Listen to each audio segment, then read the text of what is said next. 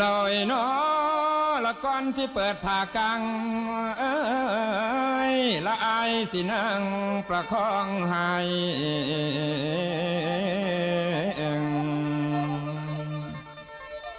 ซับเราโทยามใด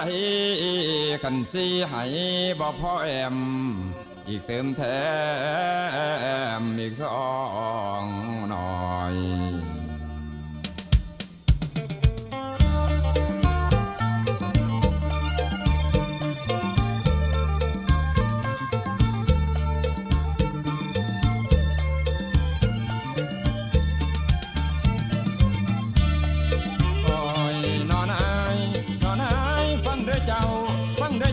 คนใจคนเมาเจ้าพ่อคนใหม่มาละเด้อทำไมคนในกงเกียรติเขาลือย่องความย่อ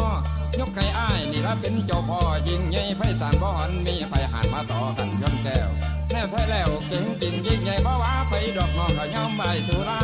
เด็ดปากใกล้คือเจ้าพ่อให้เอียงต้อยชี้เหมือนเฉียงคู่กับเก่งดี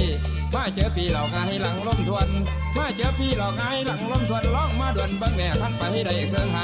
แปดเจ้าพ่อสารน้อเสียงให้อายดีบอกว่ามันเจอสามเสียนอีสานหลับร้องไงทองคนเขาย่องลือกันยกใหญ่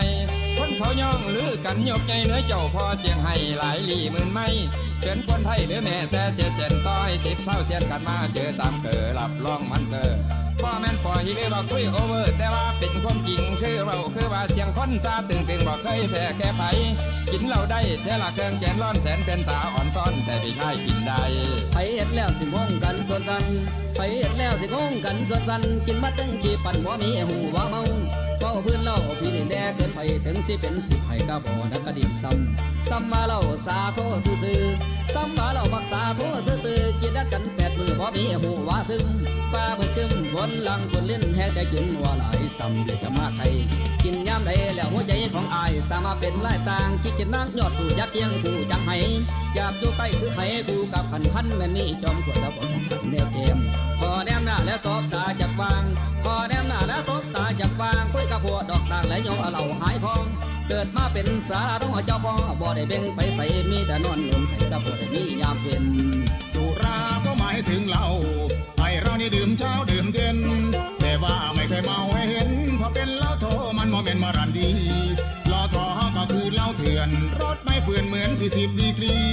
แต่เหล้าเถื่อนไม่ได้เสียภาษี